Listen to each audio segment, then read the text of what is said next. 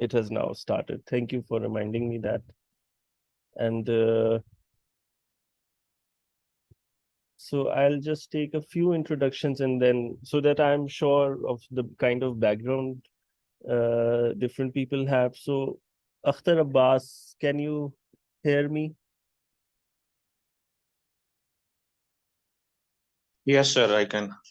So, can you tell about your background related to mathematics?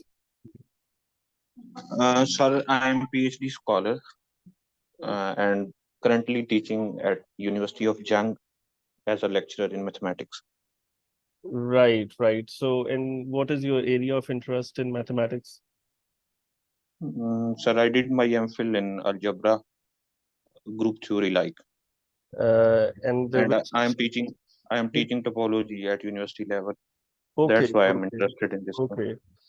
Right, right, right. So, and Shahriar, can you hear me? Hello, sir. Can you hear me? Yes, I can hear you. How are you, Shahriar? Hmm. I'm good. How are you? I am also good. So I'm always confused about your background. Is it physics or mathematics? It's physics actually. I've done my bachelor's and master's in physics from QAU. Right, right. So my main areas of interest are in theoretical physics and mathematical physics, high energy physics, etc. But I'm also interested in condensed matter physics, in which we study things like topological insulators.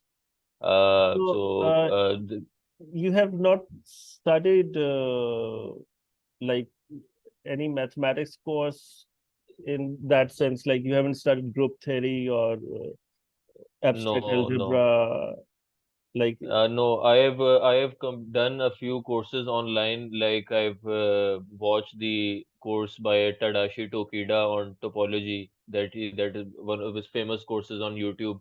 I've only done that, and I have basic knowledge here and there of topology, but I have not done a proper formal like course in topology. I'm asking this because from a little introduction, I gather that most of Mm, the mm, participants are from maths background, so like they mm, can understand. They have had mm. complex analysis, real analysis. So you haven't had those courses, right? No, no, but I can follow it. I can work through the book, your No, textbook, Dr. I Asghar very Qadir. much know that. I very much know Uh, that, and that's why I'm always confused because your interest is a lot of towards mathematics, despite mm, the fact that you are from uh, mm, the mm. physics background. So Yeah. I have no doubt about your mathematical ability. And Mm, this is what happens when you are interested in mathematical physics, then you have to take both of them together. mm, mm, Of course, mm, you cannot do mathematical physics mm, with mm. lacking in any of it. Yeah. You have to Yes, be a so master of both. you can go more advanced if you want, because most of the participants here are already have degrees in mathematics and are teaching. So you don't have to worry that like I'm a physics person and I might not be No, able to follow. yes, So yes. I will try my best. I will like work hard on this course and follow your textbook as well. So you don't need to worry about that. You No, can no, go as not advanced at as you all. want. Not at all. I would take it. You see, my philosophy in these online things is that I'm very glad that there are many participants right now, and Mm, in fact but uh, all over the world what happens is that such online groups, such online lectures initiate, but they never continue. mm, So my idea is to keep it start at least in a simpler fashion. So especially today, it is just the first lecture, and I want to have so I just want to go very simple. And I just saw a person here, and I wanted to ask him about his background because there was an expected participant who had background from economics. So But meanwhile, I can ask Muhammad Roman, can you hear me?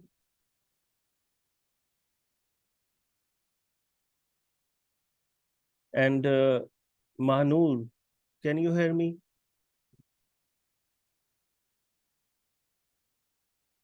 So there was this guy, Kamran Mahfouz. I wanted to ask him about his background. So, but my idea is to keep it a little simple for the first lecture at least. And then, uh, yes, Kamran is back. Kamran, can you hear me?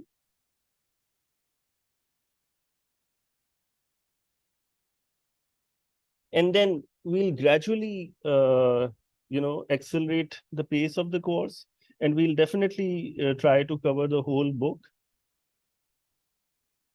Kamran, can you hear me? And I want to, uh, there's a very famous author in mathematics. So I'll begin with just with some general discussion.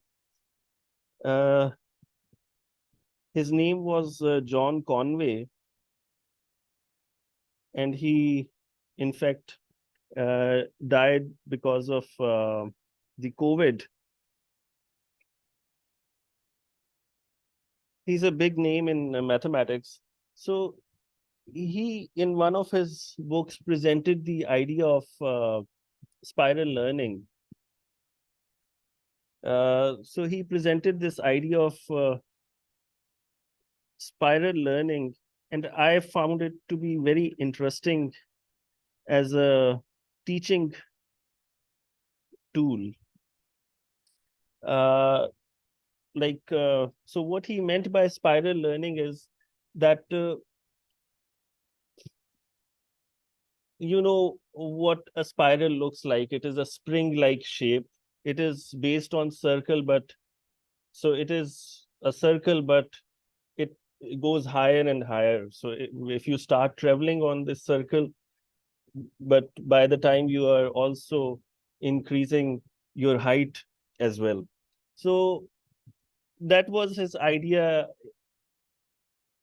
of introducing concepts in one of his books, that he said that I will teach one topic several times, but every time you will have a higher understanding of the topic. So my idea is that we will also try to do spiral learning, that we uh, may discuss many concepts again and again, but with the hope that every time we discuss some topic, we have a better understanding as compared to the previous time. So now I would like to ask Kamran. Can you hear me, Kamran? Assalamu alaikum. Yes, I can hear you. Walaikum salam, Kamran. So, would you like to? I was just having introductions from everybody. So, would you like to tell us about your mathematical background? Actually, I have no formal mathematical education, but I Right. have done my MS in economics, Okay. and I have one of our faculty is has also joined. He is Dr. Abdul Hanan. I also go to his office to learn some maths. So he is one of my teacher, you can say. Right. I've just So it appears you are in safe hands. So Dr. Abdul Hanan has already introduced himself. So I was just discussing with the participants that since I know that you come from an economics background, so uh, my idea would be to have the pace of the course as such that everybody is comfortable. So most of the participants are from maths background, so they would definitely want it to, uh, quickly learn a lot of things. But I do not want that, Kamran or any other with the background in a different field. So I don't want them to miss out. So now I'll since we are already, 15 minutes have passed, so I would like to begin. It's going to be a short lecture. Uh, I just want to, get the thing started. And I would once again request all of you that my email address is present here. So please do send me an email so that my plan is to have these lectures every Wednesday at the same time and using the same link. So everything will remain the same, but still, if I have your email addresses, so I will be able to uh, contact you in case there is some change. So every Wednesdays, 10:00 Pakistan time. So as of now, I don't see any international participant. So, just for, just as a convention, we are, communicating in English. We can also communicate in Urdu. That is not a big issue. The real thing is to understand the mathematics. But I had invited a lot of people from uh, different countries also, because part of the objective of behind this lecture series is to promote this book called Topology for Beginners, and it is published by the International Oxford Office and not just for the Pakistani audience. So it is published by a global branch of the Oxford University Press. So that is also the objective, to promote this book internationally. So uh, now I'll just talk a little bit about the background uh, I need for this course. So before that, I'll just ask if Irfan Hussain, can you hear me? And let's have this last introduction and we continue. Yes, sir. So Irfan, would you like to tell us about your maths background? Yes, sir. Currently, I am doing BS Mathematics. Now I am in fifth semester. Okay, and from which university are you doing BS Mathematics? From Qadir University, Islamabad. Or all right. So have you had this course of topology? Yes, sir. I have taught the basic course. Now in my fifth semester, I will. There will be major course in my course. Right, right, right. Because yes, if you are in fifth semester, so that is my idea to, for this reason, I do not want to, accelerate the course at a very higher pace, because I realize then, those with who have just started learning the subject, they will be, demotivated, and I do not want them to, be demotivated. So my, you see, above all, my idea is to make mathematics enjoyable. You see, if we talk at a different level, of course, here the people present do not suffer from any sort of uh, uh, difficulty with mathematics. Many are, faculty members, and many are PhD scholars, and many are more qualified than myself, to be honest. But in general, in the world over now, there's a term called, I would like to write it, it's that important. Uh, there is this term called maths anxiety.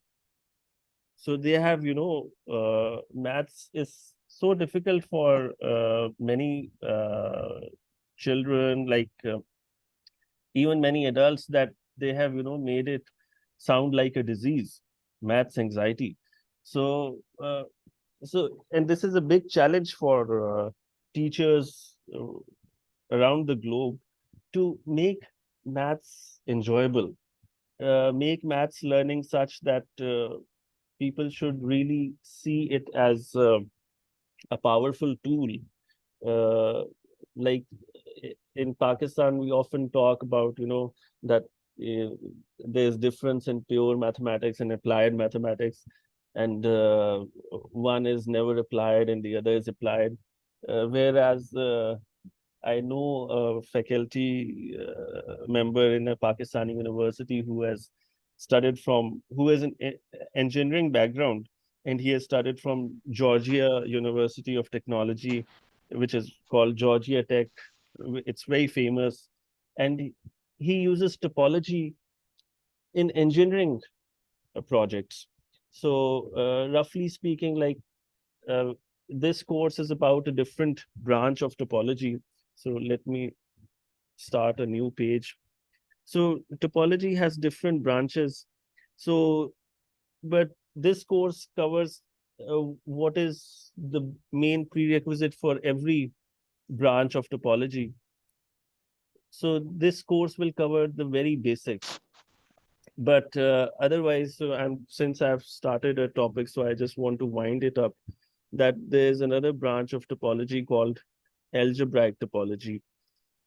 So in that, we uh, distinguish, like we study spaces in terms of, if they have holes or if they don't have any hole and they are connected.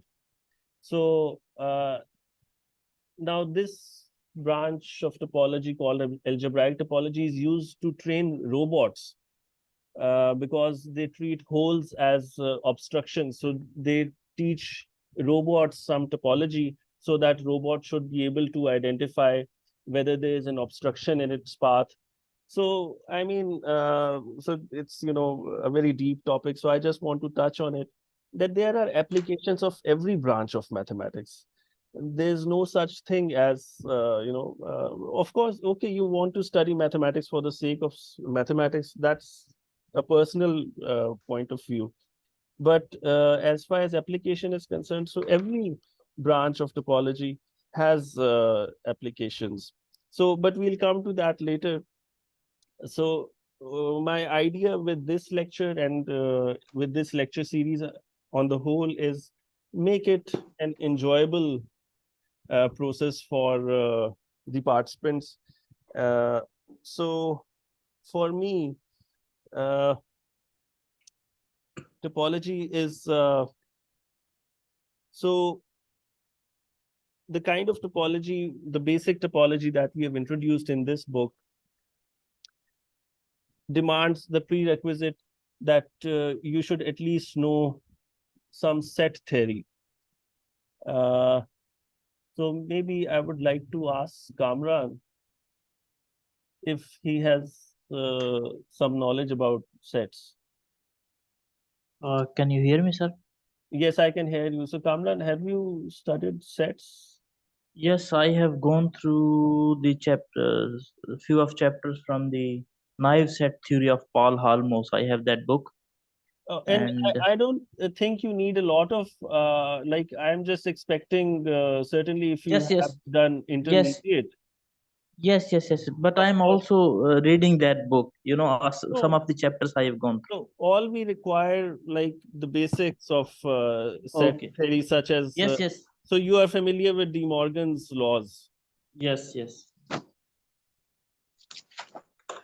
So I think that's enough because, like I say, I would insist on keeping the lectures to be very simple. Uh,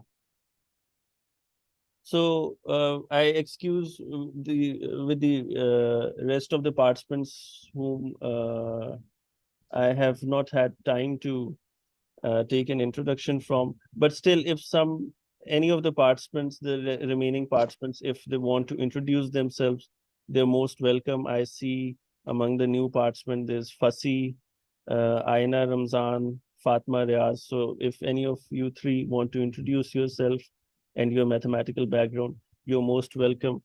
But I would continue with the lecture, so at least we get started. And then you are most welcome to, express your opinion so that I get an idea that how should, in what direction should we take the lectures to be. Of course, covering the book cover to cover uh, is something uh, that is not very realistic. So, like, I would never insist any of you to, uh, purchase the book. That's your own decision. But yes, since this book is written by three authors, and I will admit that the primary author is Dr. Noor Muhammad, who died many years ago, and Professor Asghar Qadir. So the writing style is so unique that uh, these lecture notes will only, like, this lecture series will only prepare you. Of course, this lecture series is being given by me, so this is my own way of teaching. But when you will read the book, then you will see the lecture style of Asghar Qadir. He has, of course, a very unique way, and many of people present here might know about him. He's famous because of his extraordinary teaching style and his research skills. So, for that reason, you will need to read the book. That book is written in such a way that you will have to read it. It is written in a very, you will feel as if the author is talking to you about mathematics, about topology. And in fact, for this reason, uh, the chapter one of the book, which is simply called Introduction, is very exclusive chapter. Uh, so I will not start with chapter one.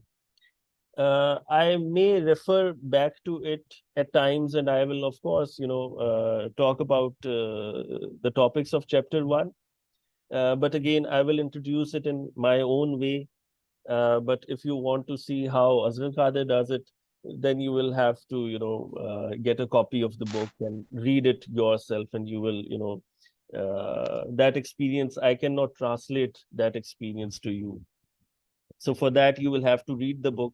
And I would encourage you, uh, with this thing, I'll just begin the thing, but I just want to say that I will encourage you that even if in case, you don't want to purchase the book, what you can do is you can ask the library of your university.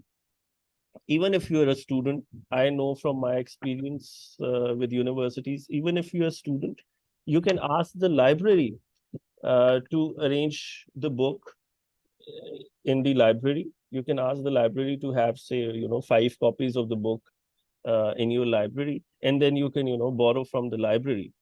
So for the library, it is very easy to arrange 5 copies. That's not a big deal for a university library. So that I would recommend, that ask the library. And then because at some point in this course, you would like to have the book with you. Like I say, uh, I will teach this course in a way that is independent of the book. I will try to, teach it in a way which is independent of the book. But and of course, there are all these topics are, I'm not saying that Topology for Beginners is the only book on topology. There are several books, and not only several books, but they are also good. But again, Topology for Beginners is a unique book. It is written in a style, and you won't find that style in any other book. So if you want to see that, you will have to see the book. But of course, the basic concepts can be found in any other book, also in online lecture notes. So you can, cover the basics of the course without, purchasing the book.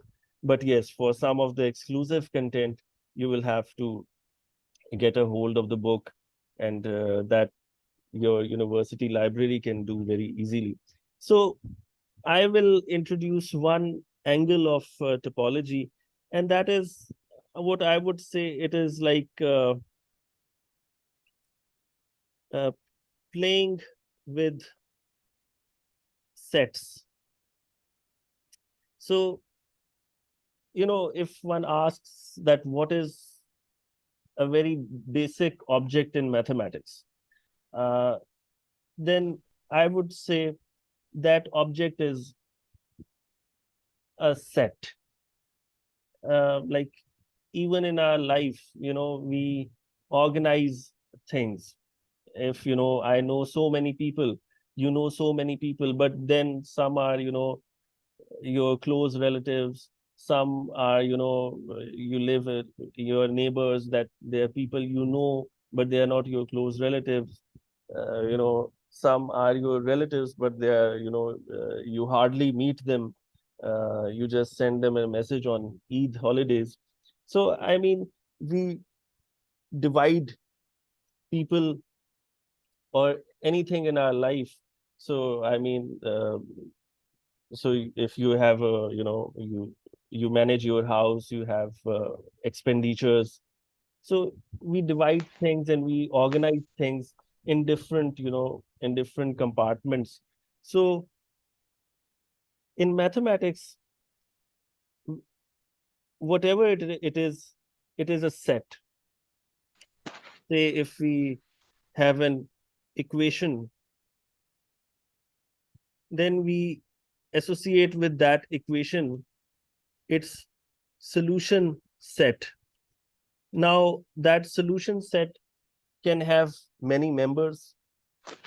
It can have, one solution. I mean, uh, if this is the equation, then this equation has only one solution. So, uh, but then there are equations like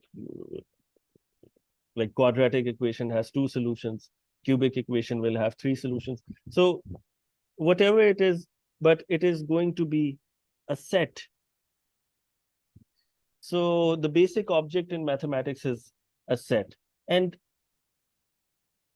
in topology, we put some extra conditions on the set, and then some new mathematics emerges. So that is the bigger idea, that we will see that certain sets have more properties than the others. So the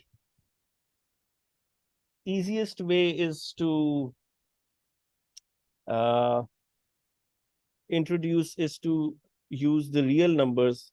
So let me first maybe define what we mean by the topology. So initially we have a basic space. So again, we have a bigger set, which we call X. And then we define topology, topology tau, right? So again, all these things are set. So we have a main space. So this is the space X. So it is also a set. And then from this space X, we extract another set, which is the topology tau. So, so tau is, you can say, a subset of the power set of X. And I'll describe these terms in detail also. But for the time being, let me just say that the topology tau, so topology tau is a set whose elements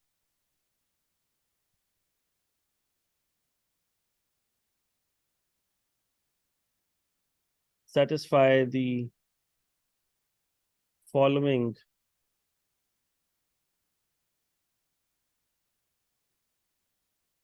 requirements.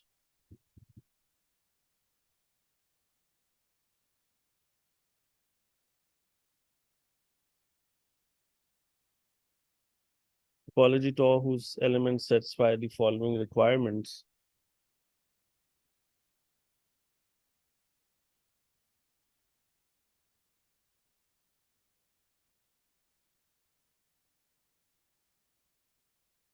The union of all elements of Tor belongs to Tor.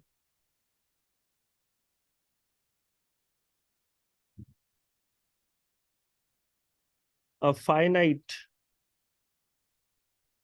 so let me box this, a finite intersection of Tor belongs to Tor. And another condition is that the empty set and the space X also belong to Tor. So I hope, feel free to ask if you do not understand any of the terms. But now I will try to motivate this definition, that why. So topology Tor is such a set which satisfies these three properties, that a set has certain elements, and if we take the union of those elements, then we obtain a new element, but that again belongs to the topology Tor. It is never outside of that topology. And even if we take the intersection of certain finite elements of, you see, what happens is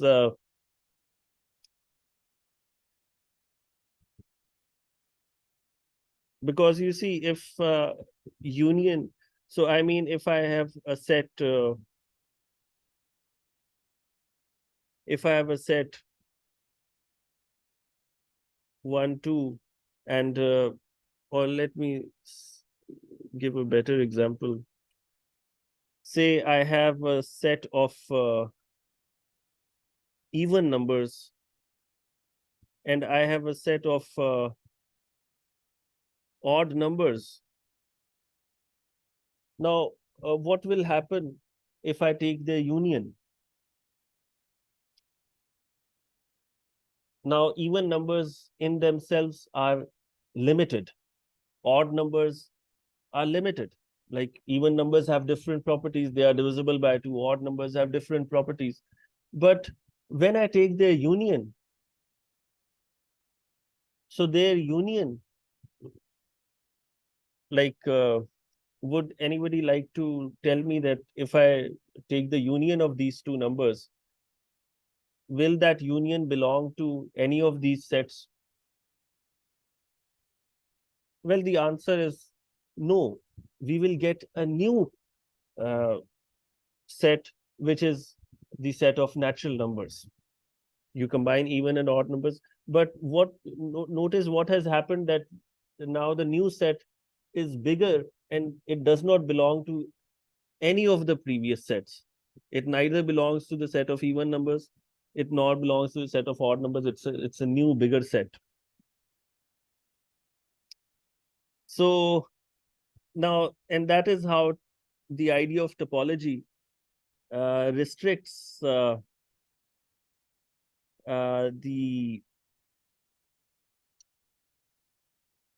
restricts uh, whether a set can be topology, because every set cannot become qualified to be called a topology, because union of all elements of Tor should belong to Tor. And we have seen that it is not true always. So Now, to just to be satisfied why these conditions are special, so let me take a very simple example.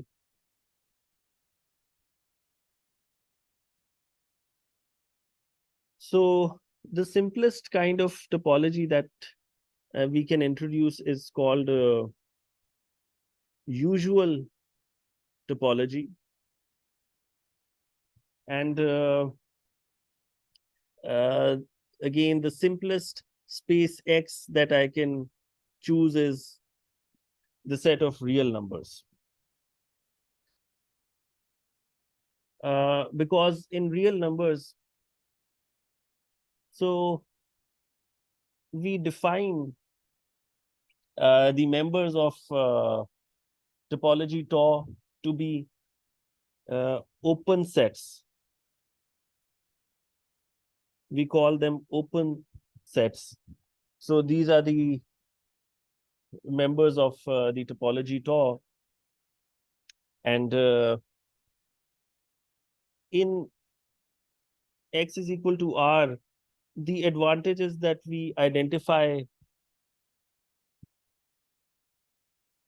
the open interval with open sets. So open set is identified with an open interval. So once again, I would like to ask Kamran. Kamran, can you tell me what is an open interval?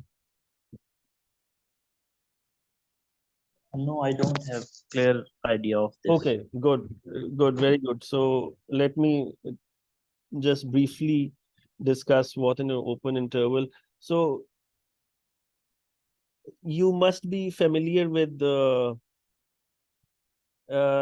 this symbol, and Yes, yes. and you know the difference between these two symbols. Yeah. So one says that it's less than, so one says that a number A is less than number B, and the other says that A is less than or equal to B. So this basically breaks down that whether either A is less than B or A can be equal to B. So in mathematics, you see the difference between a set and interval. So would anybody like to tell the difference between a set and an interval? Otherwise, I'll just quickly introduce. So in a set, we have distinct elements. Okay? So if you see the basic definition of a set, so in school, etc., we study that it's a well-defined collection of objects. So these are distinct objects, right? So a set has, if a set has 1, 2, 3, 4, so this is the set of natural numbers. So whatever is written, that is all that is included in it. But in an interval, what we do, so interval can also be represented as a set, but then I'll say that this interval contains variable x such that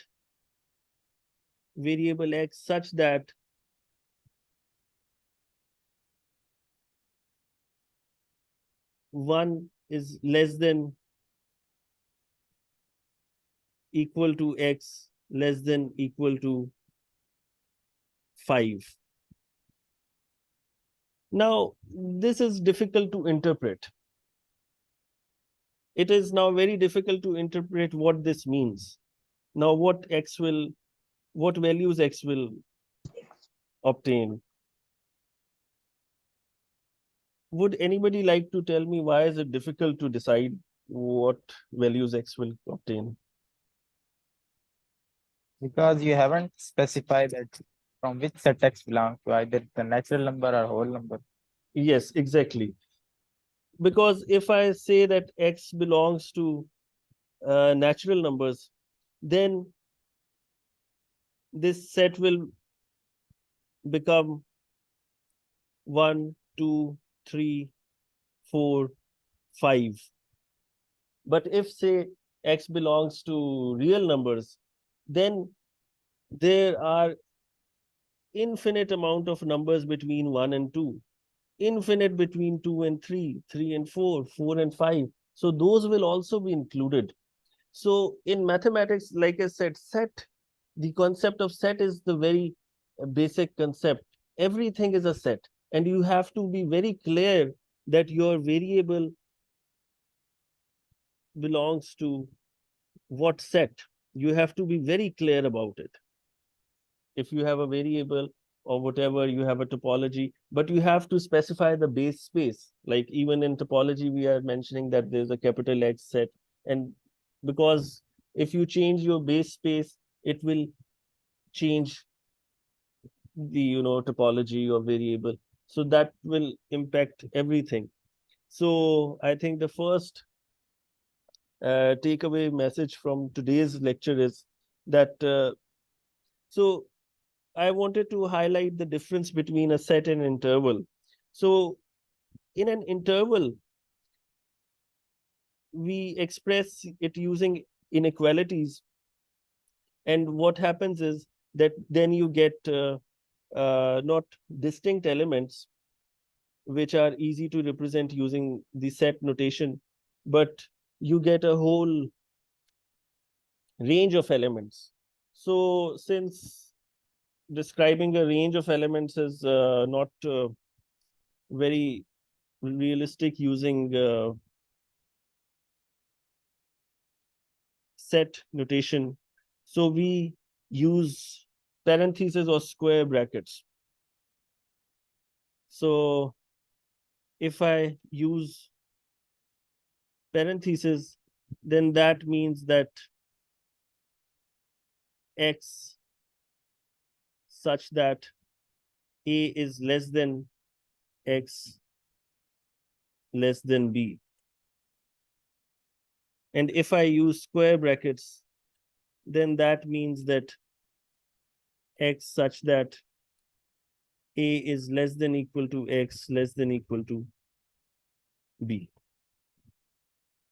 And then there are combinations of these brackets that I leave to you to figure out. So these are the 4 intervals that we can have in mathematics.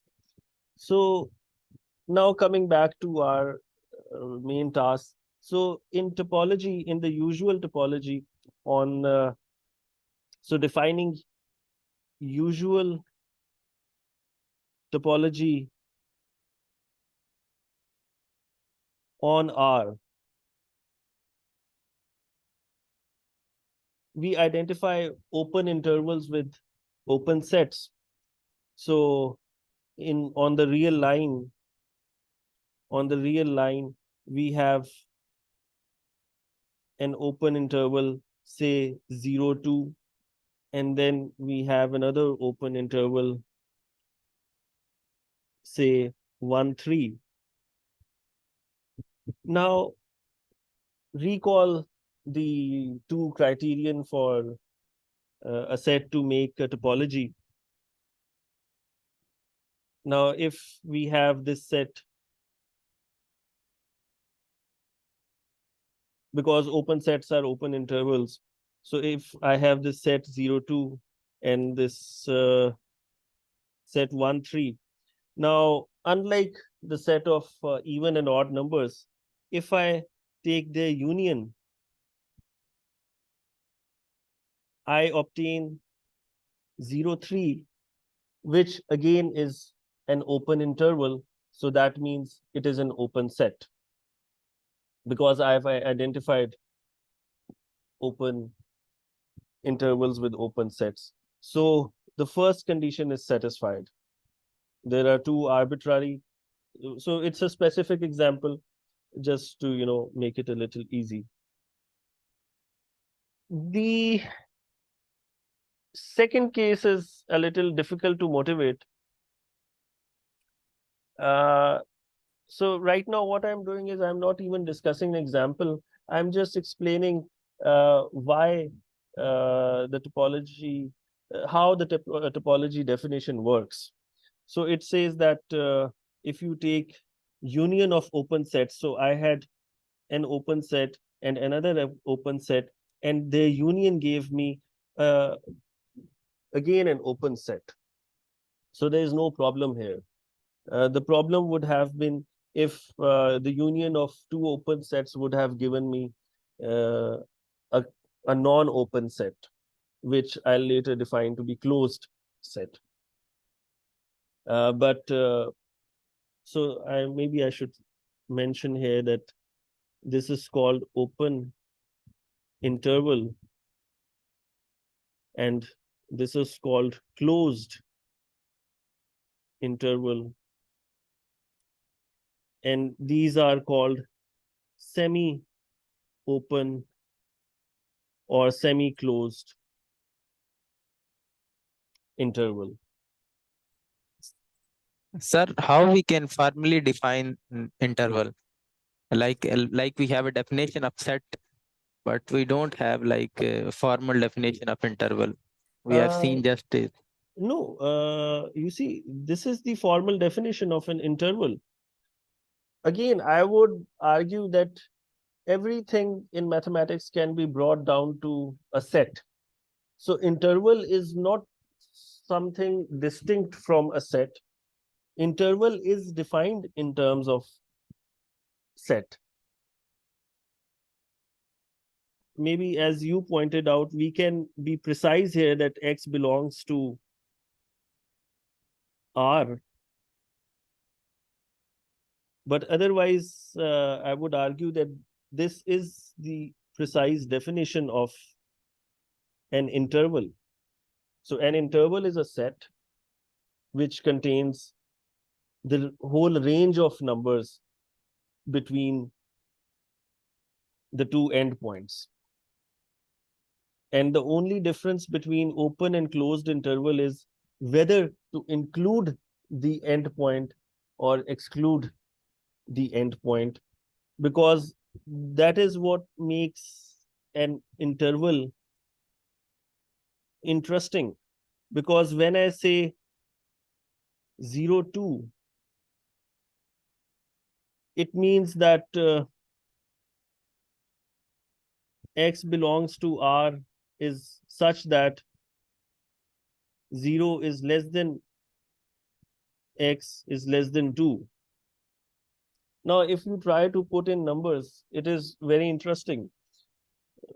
What we mean by X less than 2, like X can be 1, X can be 1.5, X can be 1.9, X can be 1.999999, and so on and so forth. So, it basically, the infinity is hiding in there. So you will never reach this endpoint 2. You will never reach this endpoint 2, and that is the difference between open and closed interval. So the formal definition of an interval is in terms of a set. An interval is a set. The difference is that uh, a set contains finite number of elements. Uh, it's just the difference of notation, I would say. So the interval notation is a convenient notation to express uh, range of numbers and those sets which contain uh, infinite elements. So I mean, we talk of the set of real numbers, so it's a set, but we can also express it as an interval from minus infinity to infinity. So it is a matter of notation, whether you want to use the set notation or the interval notation.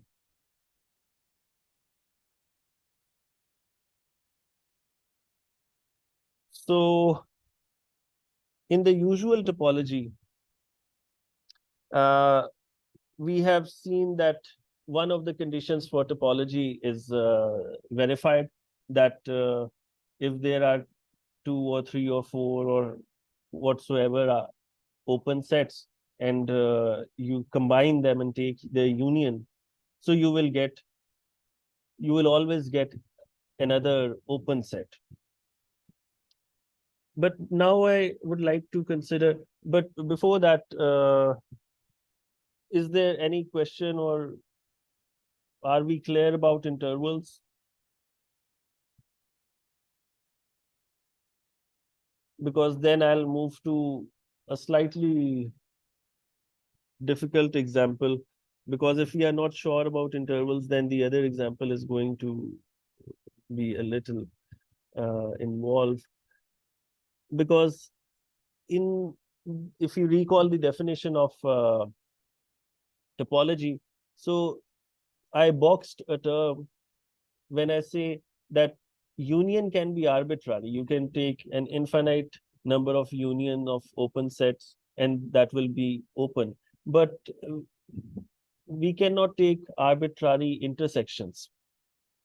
We demand that the intersections should be finite. Why we demand the intersection to be finite? So let me try to highlight the importance of that point with an example. So again, it's the usual topology on real numbers. So we consider the interval to be of this type, 1 over n. So from minus 1 over n to 1 over n, everything is included. So I hope you can get an idea. So n belongs to the natural numbers. So what type of intervals we get? Minus 1, 1, minus half, half, and so on. Say minus 100, 100. So what is the pattern that you see? The fractions get smaller and smaller. We started with, a unit interval, and then it gets smaller and smaller. So imagine you are on the real line. So you start from minus 1 and 1, and then you are coming narrower and narrower and narrower. So what will happen?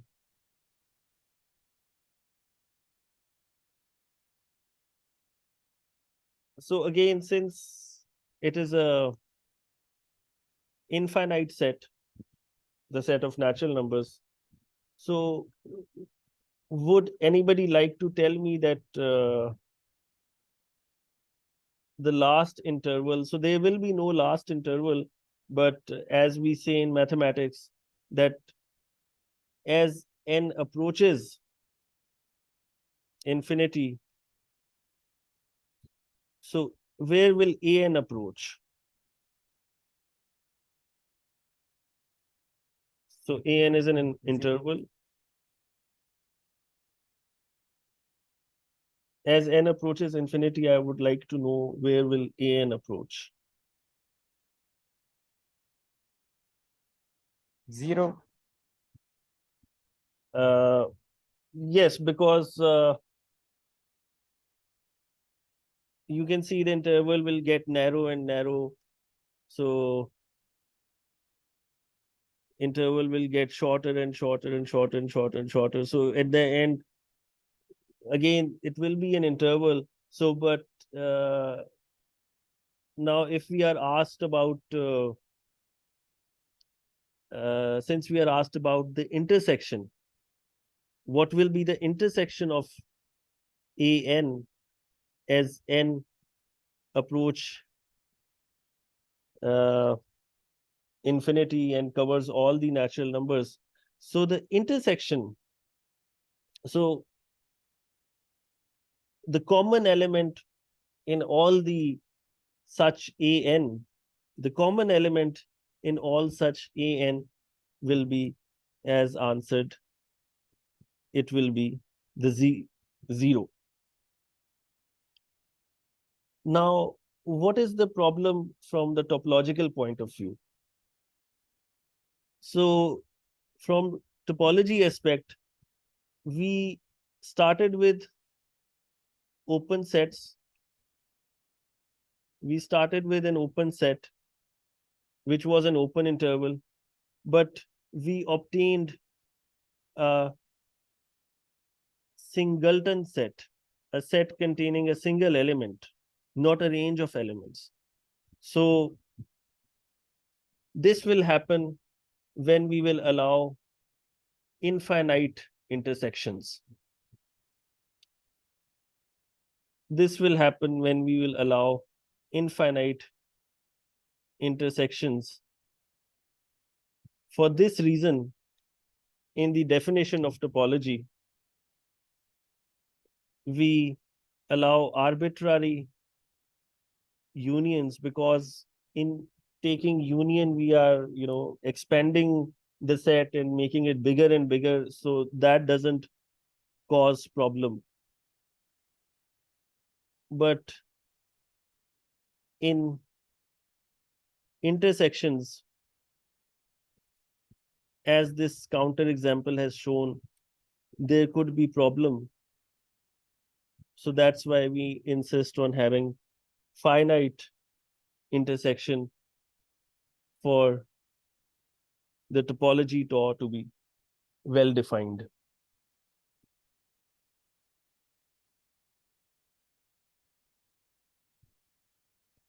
So the way I'm progressing with these lectures, and since today is the very first lecture, so my idea is to cover those things from the book which will help you in reading of your books. So like, I believe on making the student or the participant independent of the teacher. So my real success would be that if you can carry out independent study. So I do not want you to get dependent on anything. So I'll discuss only those selective topics which will help you do your independent study on your own, because the lectures are going to be very limited. We are just having one lecture in a week, so I expect that the participants present here, I hope, will join next week also. But not only join, but they would have, now we have discussed a basic definition of topology. So now you are familiar with usual topology on R. So, but now I would, recommend to uh, use, make good use of internet and see usual topology on the internet and see the examples. You see, if you follow this book, that's up to you, but you can use internet also. And so one thing that you can do now is see usual topology and see, there are better examples. Right now I haven't discussed any example because I want to discuss something else. Maybe next time I'll discuss. But since if you want to, at the end of the day, it is you who has to learn. And to be honest, I can only be, a driving force. But make good use of the internet and see search usual topology and see the examples, and I hope you will enjoy when you will be able to uh, see that certain set will satisfy, that you will take union of its members and it will be back in that set. So you will enjoy that. And again, you will see, take intersections of that set, and you will enjoy that procedure, whether it comes back to that set or gets out of that set. So you will have to check that. So I mean, consider it as a game, whether the new set is inside your main topology set or outside of that, on taking the union or the intersection. So another interesting topology that is defined in the book. So you see, you have one base set, real numbers, but you can define different types of topologies on that, uh, as long as they satisfy the basic condition. And so this one is very interesting, and it is called co-finite topology. And it is defined in a very interesting way. And interesting thing is that somehow it satisfies the requirements of the topology. So again, we are keeping it simple. We can change this x also maybe later, but for now we are just considering one-dimensional real line. So with x is equal to r, define tau, right? So we can have different tau. You can maybe, if you get confused, you can label the previous tau to be tau 1 and this to be tau 2. In our book, we have labeled it to be tau c for cofinite topology. So tau c contains empty set and any set A, which is a proper subset of X, and those who are not familiar with the notation, we use this long bar for such that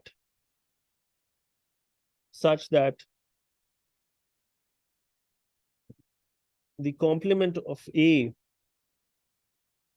has finite number of elements in it. Kamran, can you read this? What? Can you understand what is written in this set? Yes, yes, I can understand. So, like, especially when, so there's this set A and this is its complement. You understand that it's the complement of the set. Yes. Like, maybe I would just, just to refresh your memory, that if this is the set A, and when I say that, set A is a subset of a bigger set X, so set A is inside, we call it like universal space. So set A is inside the space X. So Okay. the region that is outside the space, the set A, if I have to, refer to that, I don't want to talk about set A. I want to talk about the region that is outside A. So this is called A complement.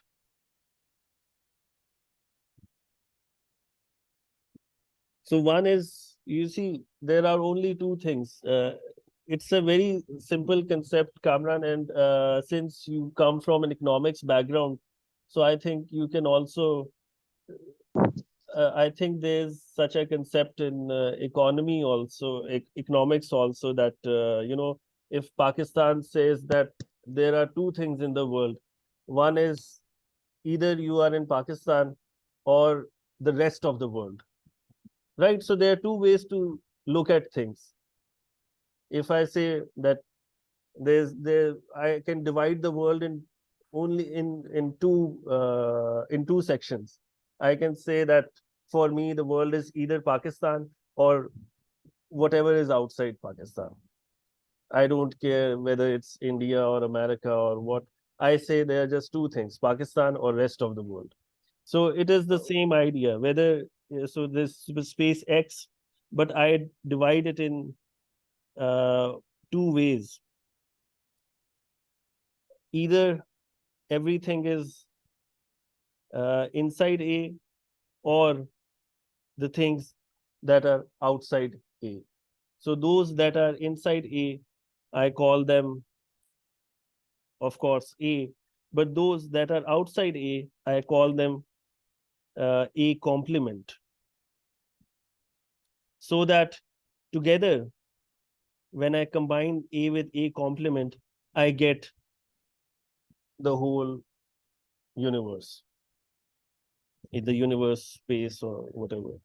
So TOSC is defined to have empty set, and any set A such that, so now these bars around A, what I mean by these bars is uh, the number of elements of, so for any set, let me make it simpler. So if I have got any set, say B, so any set B, so number of elements of B, so this is also called cardinality of a set. So Kamran, I would request you to, revise these things from, these are very basics of set theory, and it won't take a lot of time to revise these things.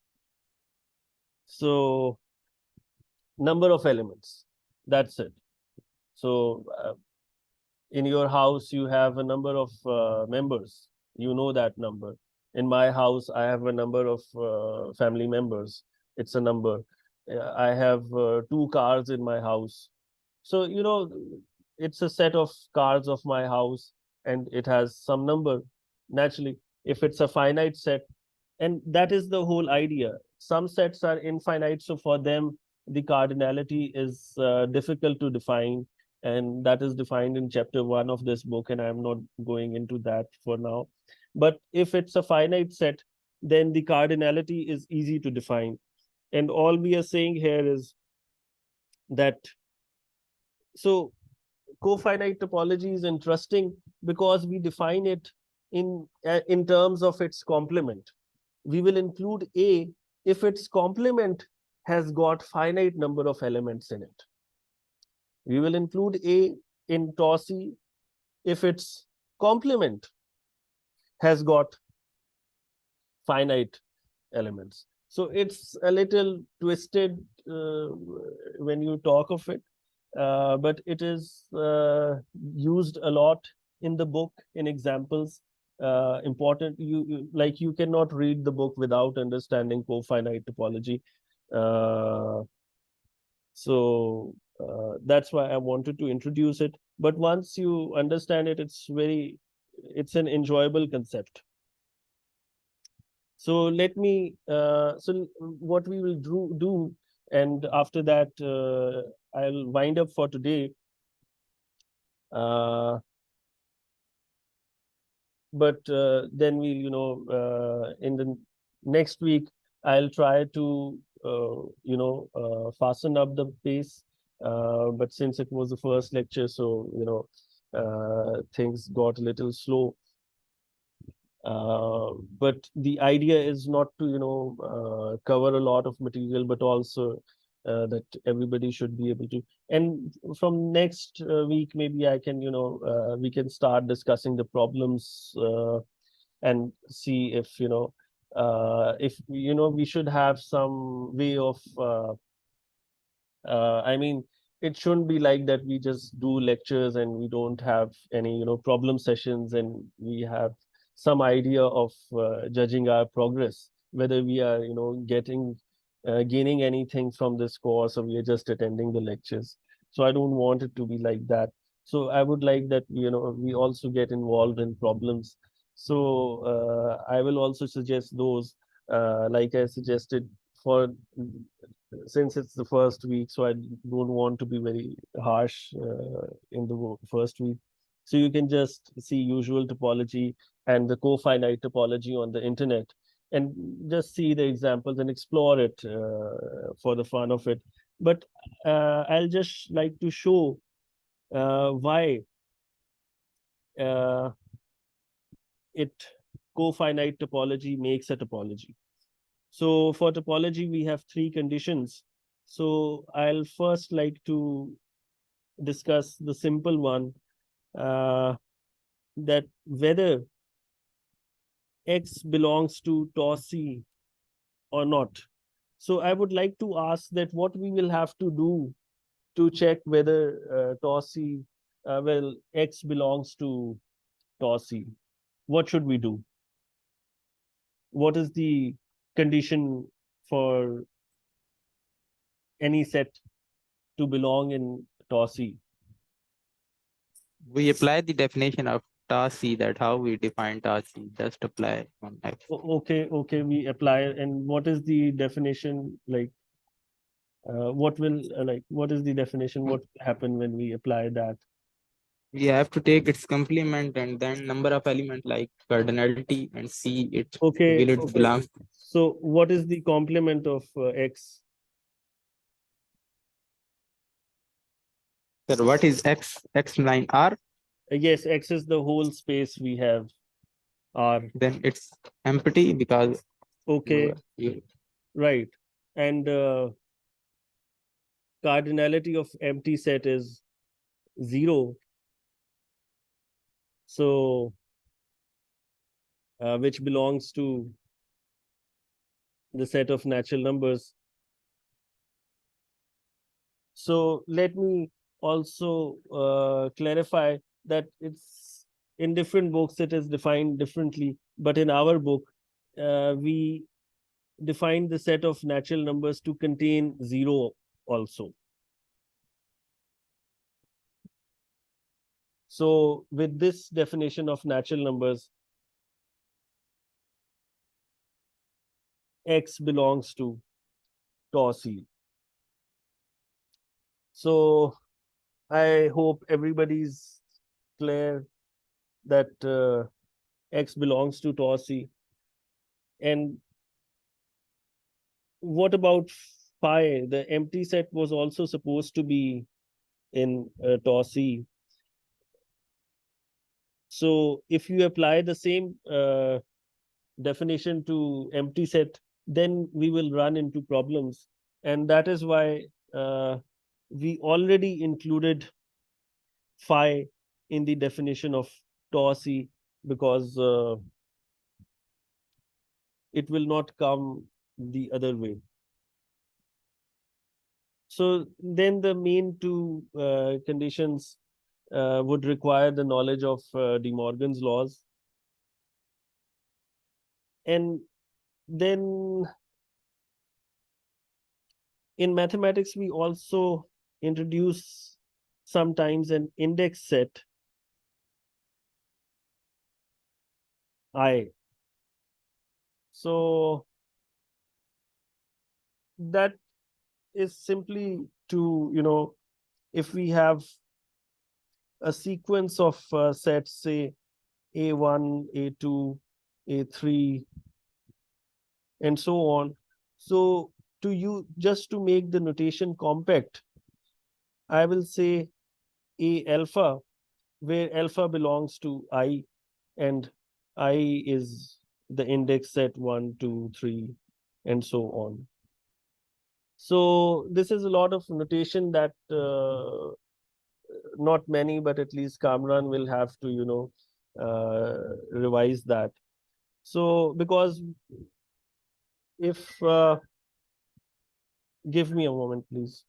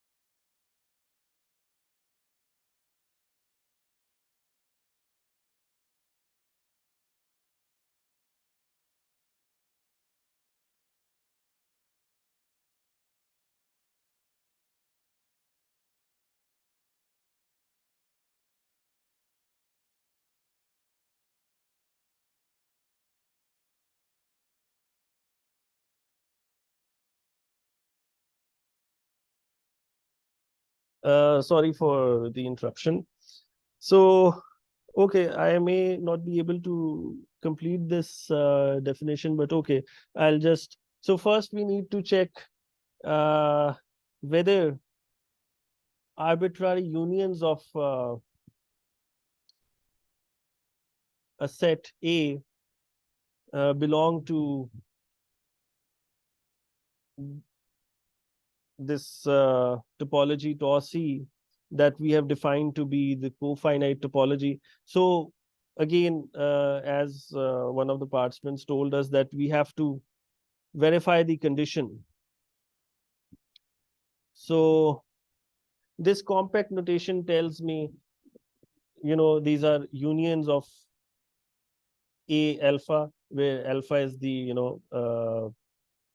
alpha belongs to I index.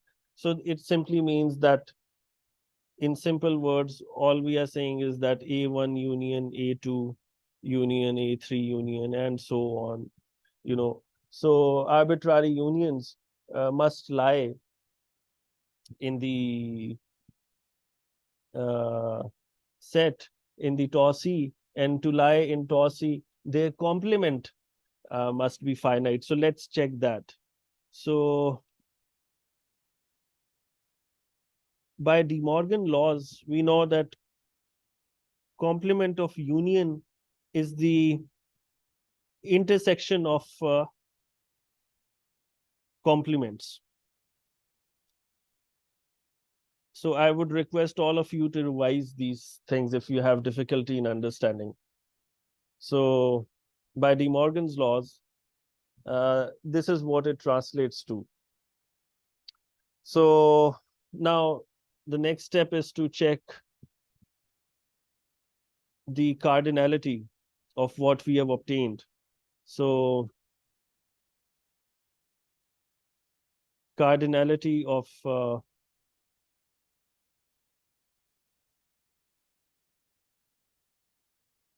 so here I would like a bit of contribution from you, from all of you.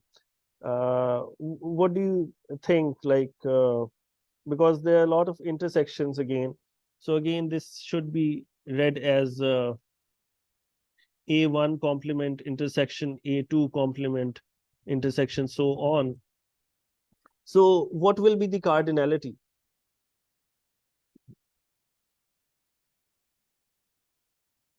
Say if A1 has, N sorry, N cardinality is equal to N. well, like, say if A1 has cardinality N1, A2 has cardinality N2, A3 is cardinality N3.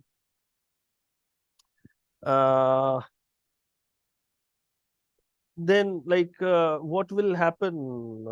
Will this number N get bigger or smaller?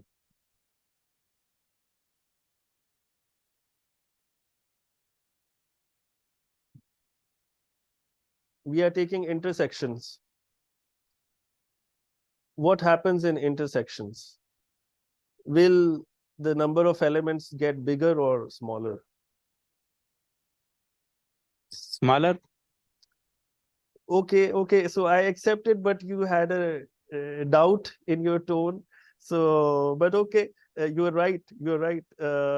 As we saw in another example also, that when you take intersections, in intersections, things get smaller. You see, in unions, they get increase, but in intersection, of course. So, which is our point here, that uh, the cardinality of whatever this intersection is will be less than some number n alpha. So that is what we are trying to prove here, that as that's why I discussed it a little, that this number is going to be a finite number, which is our requirement for tau C. This number should be a finite number, and we have made sure with our discussion that yes, this number will definitely be a very smaller number, because we are taking intersections, and intersections reduce the number of elements. So I will have to leave it here, but I would encourage you to do the second part, which is check that uh, finite intersections, finite intersections, do the finite intersections belong to uh,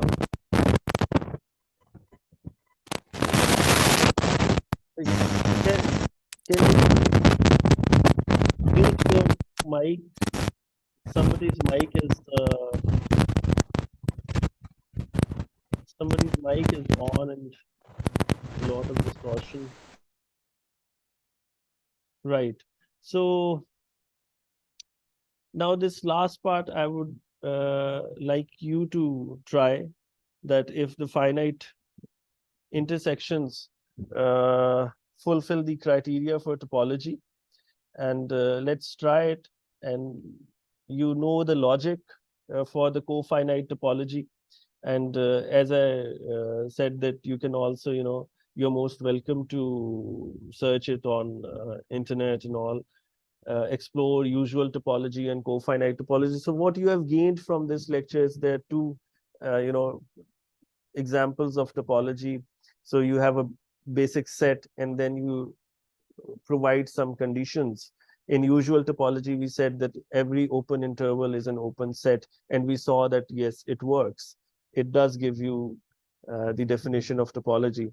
And in cofinite topology, we say that we'll accept a set to be inside the topology if its complement is finite.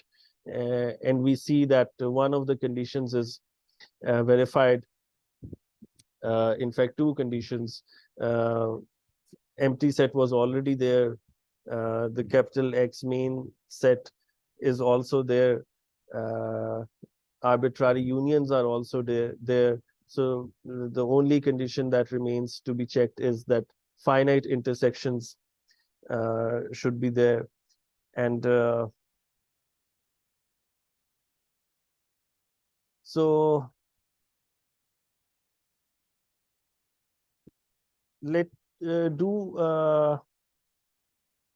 send me an email so that I can, keep you updated about any changes in the schedule. Otherwise, I plan to do the session again next Wednesday, and then next Wednesday we'll also try to, decide on some, some problems that we'll carry out during the week. So this week you do not have any assignment or task. You just have to see the usual topology and cofinite topology on the internet. But next time we'll try to, have something to keep us busy during the rest of the week also. Meanwhile, on the email, you can also, provide me suggestions to improve the lectures and to cover, if you want to cover more material, or if you want to, help with the basic set theory background, so that next week we do not need to, do the basics of set theory. So if anybody wants to, say something, you can say now. Any question or Sir, any feedback? is it possible that you, I think you have recorded the lecture. Is there any YouTube channel where you can put, because it might not be possible for everyone because Wednesday is working. All right. So I will do that. That would be great. Yes, I will. In fact, the lecture is recorded, and I will now even